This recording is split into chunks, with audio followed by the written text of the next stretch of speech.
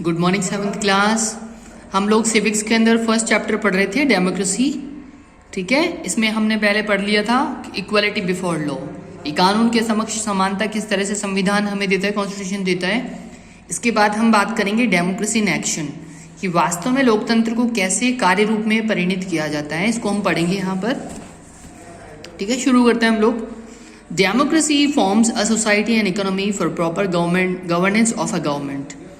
लोकतंत्र जो होता है वो बनाता है किसको, सोसाइटी को और इकोनॉमी को, हमारे समाज को और हमारी अर्थव्यवस्था को। किसके लिए बनाता है वो, proper governance of a government, एक सरकार के पूर्ण तरह से शासन चलाने के लिए वो सोसाइटी और इकोनॉमी को बनाता है।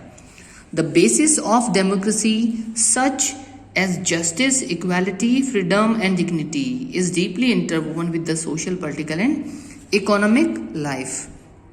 तो जो आधार है किसका, डेमोक्रेसी का, कौन कौन से आधार है डेमोक्रेसी के, जस्टिस हो गया यानी न्याय, इक्वालिटी समानता, फ्रीडम स्वतंत्रता, डिग्निटी यानी सम्मान, ये सारे एक दूसरे से जुड़े हुए हैं गहरे से।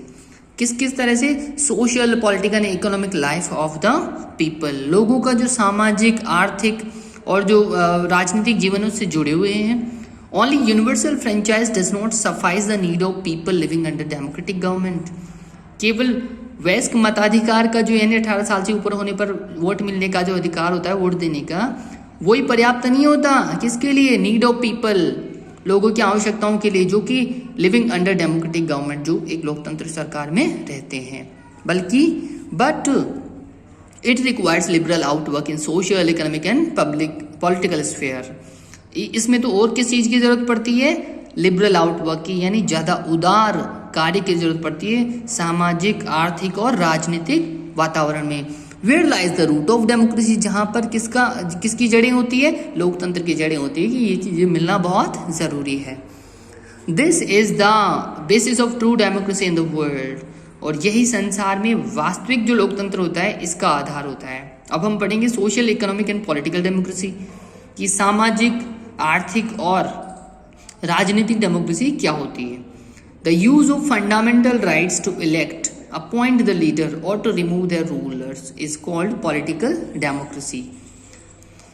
अपने मूलभूत अधिकारों को यूज करते हुए चुनना, ठीक है, इलेक्ट करना मतलब चुनना, किसी लीडर को अपॉइंट करना, उसको उसके पद पर बिठाना, और टू रिमूव, उनको हटाना, ये सारे जो चीज़ें होती हैं इनको पॉलिटिकल डेमोक्रेसी कहा जाता है।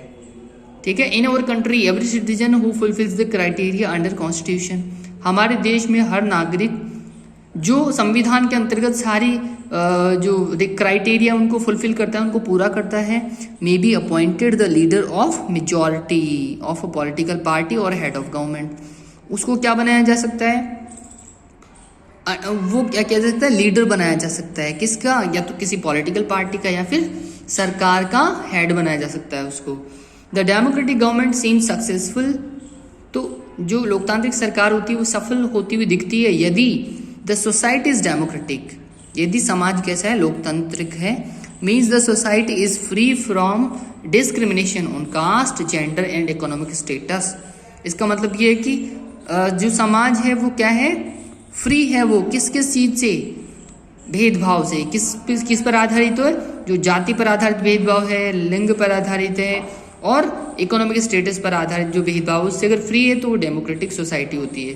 The gender discrimination, caste discrimination and economic disparity have spoiled the system of democratic setup of society.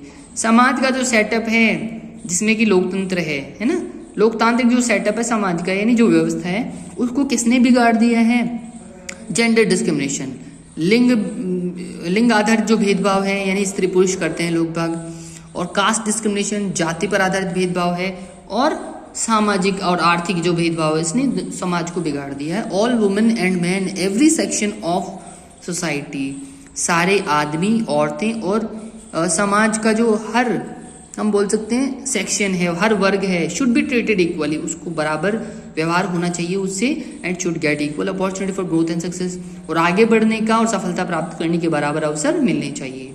No one should get privileges on the basis of religion, caste, race, sex, place of birth, किसी को भी विशेष अधिकार नहीं मिलना चाहिए कि तू तो विशेष है। किस आधार पर? उसके धर्म के आधार पर, जाति के आधार पर, नस्ल के आधार पर, उसके लिंग के आधार पर, और जन्म स्थान के आधार पर उनको विशेष अधिकार नहीं मिलने चाहिए, सब बराबर है। Untouchability that existed in our old aged caste society. तो जो अनटचेबिलिटी है, छुआछूत है, ये कहाँ से चली आ रही है?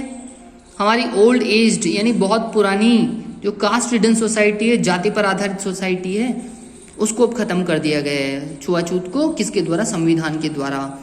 अ ट्रू डेमोक्रेटिक सोसाइटी में remove all the old evils. और एक वास्तविक जो डेमोक्रेटिक सोसाइटी होती है, लोकतांत्रिक समाज होता है, वो सारी बुराइयों को खत्म कर देता है। The society of social differences, अपने जो सामाजिक विभिन्नता वाली जो समाज है, वहाँ से सारी बुराइयों को हटा देता है। A modern democratic society develop a congenial atmosphere for healthy social life. तो एक स्वस्थ सामाजिक समाज के लिए जो मॉडर्न डेमोक्रेटिक सोसाइटी है, उसको स्वस्थ सामाजिक समाज को जन्म देती है, बनाती है उसको। आगे पढ़ेंगे हम लोग। Economic democracy means free from all exploitation, that is an employer should not exploit the employees. तो इकोनॉमिक डेमोक्रेसी यानी आर्थिक लोकतंत्र किसको कहा जाएगा? हर प्रकार के शोषण से यानी परेशानी से मुक्त करना। किसको? जैसे कि एक एम्प्लॉयर है, एक नियोक्ता है, एक कंपनी है, ठीक है, वो क्या करती है? अपने मजदूरों को, अपने मजदूरों को, अपने कर्मियों को क्या नहीं करना चाहिए? परेशान नहीं करना चाहिए, उनको पर एक्सप्लॉइट, उनका शोषण नहीं करना चाहिए। Workers should not be exploited bye owners, और मालिकों के द्वारा अपने कर्मचारियों का शोषण नहीं किया जाना चाहिए, परेशान नहीं किया जाना चाहिए। And peasants should not be exploited by the zamindars, जमींदार के द्वारा, भू मालिकों के द्वारा जो किसान होते हैं उनको और मजदूरों को परेशान नहीं किया जाना चाहिए, ठीक है। If there is no equal distribution of wealth in the society, यदि समाज के अंदर वेल्थ का यानी धन का समान रूप से डिस्ट्रीब्यूशन नहीं है, वितरण नहीं है, तो फिर क्या होगा? There is no economic justice, वहां पर आर्थिक समाजवाद नहीं है, आर्थिक न्याय नहीं है।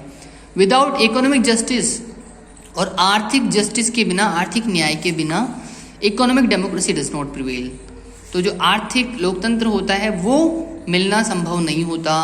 There exist a rule in the constitution for the equal distribution of wealth among the people. तो हमारे संविधान के अंदर नियम बनाया हुआ है कि इक्वल डिस्ट्रीब्यूशन होना चाहिए, बराबर समान रूप से वितरण होना चाहिए। किसका? वेल्थ का, धन का। किसके रूप में? किसके बीच में? जनता के बीच में। दस the objective of A true democratic country, तो एक लोकतांत्रिक देश का उद्देश्य क्या होता है? Only can be fulfilled if social, economic and political democracy prevails. यदि वहां पर सामाजिक, आर्थिक और राजनीतिक डेमोक्रेसी अगर है, वहां पर प्रिवेल करती है, यानी है, वहां पर व्याप्त है, तो फिर उसका जो उद्देश्य है वो फुलफिल किया जा सकता है, वो पूरा किया जा सकता है। तो ये हमने क्या पढ़ा आज?